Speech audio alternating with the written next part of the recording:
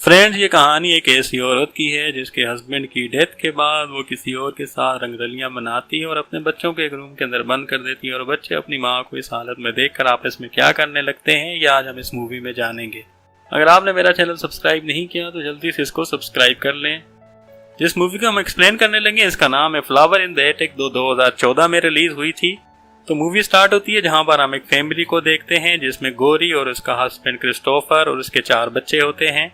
अब काफी दिनों के बाद क्रिस्टोफर अपनी फैमिली के पास आया था और इसीलिए सभी बहुत ज्यादा खुश थे और वो सबके लिए बहुत अच्छे अच्छे गिफ्ट्स भी लेकर आया था।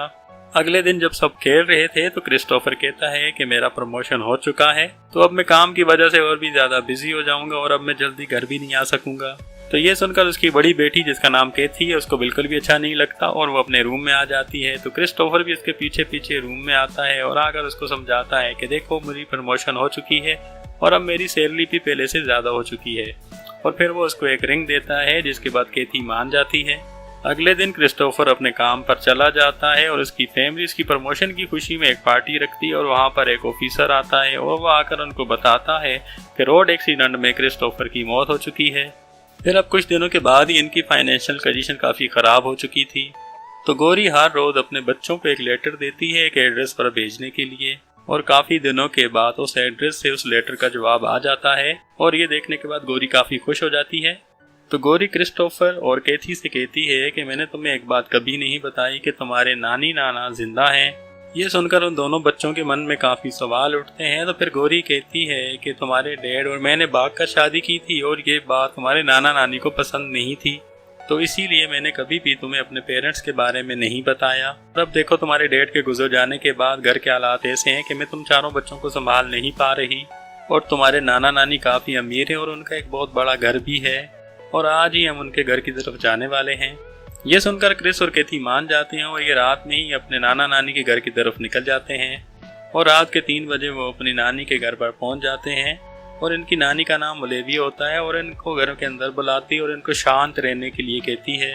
फिर ओलिविया इनको एक रूम में लेकर जाती है और ओलिविया को नहीं पता होता कि गोरी के 4 बच्चे भी हैं। तो फिर केथी अपनी माँ से कहती है कि आपने कभी भी नानी को हमारे बारे में नहीं बताया। तो गोरी कहती है वो मुझसे अभी तक नाराज हैं। और फिर ओलिविया सभी बच्चों से कहती है मैं तुम्हारा रूम लॉक कर रही हूँ और कोई भी बच्चा शोर नहीं मचाएगा। ओलिविया के जाने के बाद गोरी अपने बच्चों से कहती है कि तुम्हारे नाना 78 ईयर्स के हैं और वो जल्दी ही मरने वाले हैं और उसके बाद ये सब कुछ तुम्हारा ही होगा और उसके बाद तुम जैसे चाहे अपनी जिंदगी गुजार लेना। ये बात सुनकर बच्चे खुश हो जाते हैं और अगले दिन सभी जब उठते हैं तो ओलिविया एक रूल्स की लिस्ट लेकर उनके पास आती है। रूल नंबर 1 कि तुम में से कोई भी शोर नहीं मचाएगा। रूल नंबर 2 तुम्हें रोज 3 टाइम का खाना मिलेगा लेकिन उसमें से कोई भी खाना वेस्ट नहीं करना। और रूल नंबर 3 कोई भी इस रूम से बाहर जाता हुआ मुझे नजर नहीं आना चाहिए। और ओलिविया साथ में इन सभी के लिए खाना भी लेकर आई थी। ये तुम लोगों का आज का खाना है और अब मैं तुम लोगों से कल आकर मिलूंगी और याद रखना कोई भी खाना वेस्ट नहीं करेगा। और अगर तुम लोगों को खेलना है तो तुम ऊपर जाकर एटिक रूम के अंदर खेल सकते हो। और फिर सभी बच्चे ऊपर चले जाते हैं और ऊपर जाकर देखते हैं कि ये रूम तो एक स्टोर रूम है जहाँ पर तो बहुत सारा पुराना सामान रखा हुआ है। और फिर इन दोनों के छोटे बहन भाई कहते हैं कि हमें ये कमरा तो बिल्कुल भी पसंद नहीं आया। तो फिर क्रिस और केथी मिलकर उन बच्चों के लिए एक झूला बनाते हैं और बच्चे उस झूले के अंदर खेल कर काफी खुश होने लगते हैं। फिर खेलने के बाद नीचे आकर ये दोनों छोटे बच्चे खाना खा रहे थे और साथ मस्ती करने लगते हैं और कुछ ही देर में गोरी उनकी माँ वहाँ पर आ जाती है। वो इन्हें चुप करवाती है लेकिन इनका शोर ओलिविया सुन लेती है। तो अब ओलिविया गोरी को अपने साथ लेकर बाहर जाती है और कुछ देर के बाद गोरी को वापस अंदर भेज देती है रूम के। तो उसका छोटा बच्चा अपनी माँ से कहता है कि मुझे इस घर में नहीं रहना। गोरी उसको समझाती है लेकिन वो नहीं मानता। तभी वहाँ पर वापस ओलिविया आती है और कहती है शोर करना बंद करो। तो गोरी की छोटी बेटी को गुस्सा आता है, वो चिल्लाने लगती है और उसका छोटा बेटा जाकर अपनी नानी के पाँव पर काट देता है। और ओलिविया को ये सब देखकर काफी गुस्सा आता है और उन बच्चों को मारने लगती है। तो फिर गोरी कहती है अगर आप मेरे बच्चों को इस तरह से मारेंगी तो मैं यहाँ से चली जाऊंगी। तो ओलिविया कहती है हाँ यहाँ से चले जाओ, मुझे इस बात से कोई फर्क नहीं पड़ता। और फिर ओलिविया गोरी को कहती है तुम अपना टॉप उतारो। तो जब गोरी अपनी टॉप उतारती है तो हम देखते हैं कि उसकी पीठ पर काफी ज्यादा निशान थे। दरअसल अभी थोड़ी देर पहले जब ओलिविया अपनी बेटी को साथ लेकर बाहर गई थी तो उसने इसको मार मार के इसकी पीठ पर जख्म बना दिए थे। तो फिर ओलिविया उन बच्चों को कहती है अगर तुम लोगों ने वापस शोर मचाया तो तुम लोगों का भी मैं यही हाल कर दूंगी। तो ये सुनकर और अपनी माँ की हालत देखकर ये बच्चे काफी डर जाते हैं और ऐसा करते हुए फिर इनको 1 महीना गुजर जाता है और 1 महीने के बाद गोरी अपने बच्चों से मिलने आती है। तो उसकी बेटी केथी पूछती है कि मम्मा आप इतने दिनों से कहाँ पर थी। तो गौरी कहती है मैं तुम्हारे नाना के पास थी। आजकल मैं वो सब कर रही हूँ जो मेरा सपना था। मैं घूमने भी जाती हूँ, मैं हॉर्स राइड भी करती हूँ और ये देखो मैंने कितने प्यारे कपड़े भी पहने हुए हैं। और फिर कुछ देर के बाद गौरी वापस चली जाती है और यहाँ पर क्रिस और केथी आपस में बात करने लगते हैं कि आखिर ये मोम को हो क्या गया है। फिर केथी कुछ देर के बाद रूम से बाहर जाती है तो उसकी टक्कर ओलिविया से हो जाती है। तो ओलिविया उसको कहती है मैंने मना किया था रूम से बाहर मत निकलना, मुझे ना तो तुम लोग पसंद हो ना तो तुम्हारे डैड पसंद थे, तुम सभी एक शैतान के बच्चे हो। ये सुनकर केथी बहुत ज्यादा उदास हो जाती है। और फिर से कुछ दिनों के बाद उनकी माँ गौरी वापस आती है और इस बार वो इनके लिए बहुत सारी चीजें लेकर आई थी। तो केथी काफी गुस्सा थी। वो अपनी माँ से कहती है कि हमें अभी के अभी यहाँ से जाना है। केथी कहती है कि नानी ने मेरे डैड को एक शैतान कहा और हमें शैतान के बच्चे कहा। तो गौरी कहती है कि नानी तो बस तुम्हारे डैड और मेरी शादी की वजह से नाराज हैं। लेकिन केथी की सुनकर अपनी माँ की बात नहीं मानती और बार बार यहाँ से जाने की जिद करने लगती है।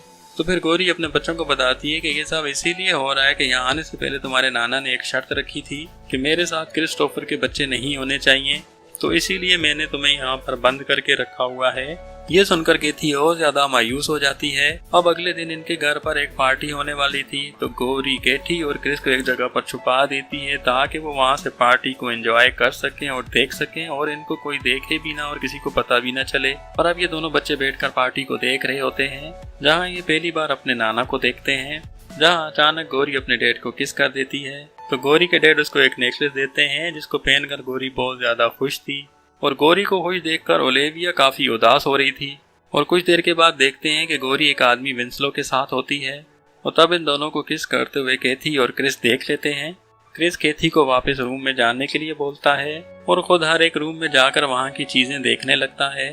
थोड़ी देर के बाद गौरी केथी के पास आती है और वहाँ देखती है क्रिस नहीं होता और ये देखकर वो बहुत ज्यादा गुस्सा हो जाती है। तभी वहाँ पर क्रिस आ जाता है और गौरी उसको थप्पड़ मारती है। अब अगले दिन ये सब डिनर पर मिलते हैं और जहाँ पर गौरी कहती है कि विंसलो मेरे पीछे पड़ा हुआ है। और अब कुछ दिन बीत जाते हैं और एक दिन गौरी केथी को पहनने के लिए कुछ कपड़े देती है और केथी उन कपड़ों को पहनकर देख रही थी और तभी वहाँ पर क्रिस आ जाता है और ये दोनों यहाँ खड़े थे और अचानक वहाँ पर ओलिविया आ जाती है और उन्हें एक साथ देखकर उनके बारे में गलत सोचने लगती है।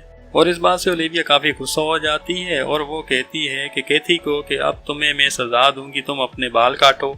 लेकिन यहाँ पर केथी और क्रिस ऐसा कुछ भी नहीं करते। और अगले दिन जब सुबह केथी उठती है तो वो देखती है कि उसके बालों पर किसी ने केमिकल डाल दिया था जिसकी वजह से उसके आधे बाल खराब हो चुके हैं। अब ना चाहते हुए भी क्रिस को केथी के बाल काटने पड़ते हैं। और अब देखते ही देखते 5 महीने बीत जाते हैं।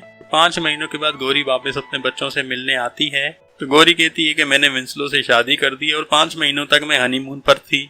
ये सुनकर क्रिस काफी गुस्सा हो जाता है और गौरी से कहता है कि आपके 4 बच्चे हैं फिर भी आपने विंसलो से शादी क्यों की। ये सुनकर गौरी कहती है कि मैंने जो कुछ भी किया है तुम लोगों के लिए ही किया है और ये बोलकर वो वहाँ से चली जाती है। अगले दिन ओलिविया इन सब के लिए डोन्स लेकर आती है। केथी को डोन्स बहुत ही ज्यादा पसंद थे। तब क्रिस केथी से कहता है कि मैं यहाँ से निकल जाऊंगा, मेरा नाम भी क्रिस्टोफर है जो कि मेरे डैड का था। और ये सुनकर ओलिविया को काफी गुस्सा आता है और क्रिस को कोड़े से मारने लगती है। मारने की वजह से क्रिस की पीठ पर काफी गहरे घाव हो जाते हैं और अब केथी उन पर मरहम लगा रही थी। ये करते हुए ये दोनों इतने करीब आ गए थे कि ये दोनों एक दूसरे को किस करने लगते हैं। और अब एक दिन ओलिविया जब इनके रूम में आती है तो क्रिस अपनी नानी से सॉरी कहता है और फिर क्रिस बड़ी ही चालाकी से मास्टर की कस के साबुन पर बना लेता है और फिर वो एक लकड़ी की एक मास्टर की बना लेता है। और फिर ये दोनों धीरे धीरे हर रोज ओलिविया की तिजोरी से पैसा निकालने लगते हैं ताकि ये दोनों यहाँ से निकल कर भाग सकें। फिर एक दिन क्रिस अपनी मोम को देखते हैं जो विंसलो को किस कर रही थी। ये देखकर वो काफी गुस्सा होकर अपने रूम में आता है जहाँ केथी उसको शांत करती है और ये दोनों फिर से करीब आते हैं और काफी क्लोज होकर इंटीमेट होने लगते हैं। अगले दिन ये देखते हैं कि इनका छोटा भाई काफी बीमार है तो फिर गौरी वहाँ पर आती और केथी उसको कहती है कि आपने अपने मजे लेने के लिए हमें यहाँ इस रूम में बंद करके रखा हुआ है, मुझे आपको अपनी माँ कहने पर भी शर्म आती है। ये सुनकर गौरी को गुस्सा आता है और वो केथी को थप्पड़ मार देती है और बदले में केथी भी उसको थप्पड़ मार देती है। तो ओलिविया कहती है थप्पड़ मारना बंद करो और बच्चे को लेकर हॉस्पिटल चलते हैं। फिर कुछ देर के बाद गौरी वापस बच्चों के पास आती है और कहती है कि तुम्हारे छोटे भाई की डेथ हो चुकी है। ये सुनकर ये सभी रोने लगते हैं।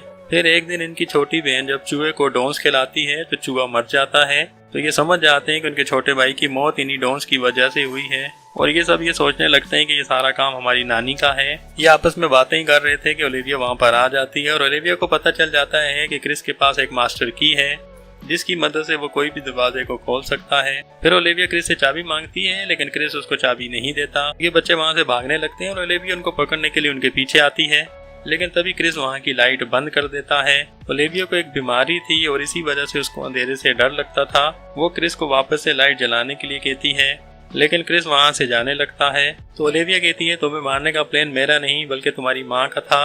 ये सुनकर क्रिस और केती बहुत ज़्यादा दुखी हो जाते हैं और वहाँ से निकल जाते हैं। और वहाँ से निकल जाने के बाद ये तीनों ट्रेन में बैठकर वहाँ से निकल जाते हैं और हमें आखिरी बार नज़र आते हैं। और इसके साथ ही ये मूवी यहाँ पर ख़त्म हो जाती है। अगर आपको ये मूवी अच्छी लगी हो तो लाइक और कमेंट ज़रूर करें।